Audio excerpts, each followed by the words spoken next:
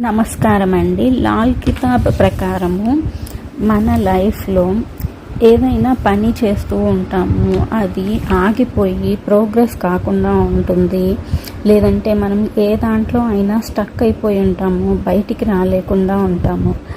అలాంటప్పుడు మన ఇంట్లో పనికిరాని వస్తువులని, ఆగిపోయిన గడియారాలని, పనికిరాని ఎలక్ట్రానిక్ సామాన్లని, వెహికల్స్ని, డ్యామేజ్ అయిన ఇంట్లో కిచెన్లో ఉండే పాత్రలు, డ్యామేజ్ అయిన ఏదైనా సోఫాలు, టేబుల్స్, పనికిరాని క్లోత్స్, చినిగిపోయినవి, అవసరం లేని వస్తువుల్ని మనము ఇంట్లో నుంచి ఎప్పటికప్పుడు తొలగిస్తూ ఉండాలన్నమాట.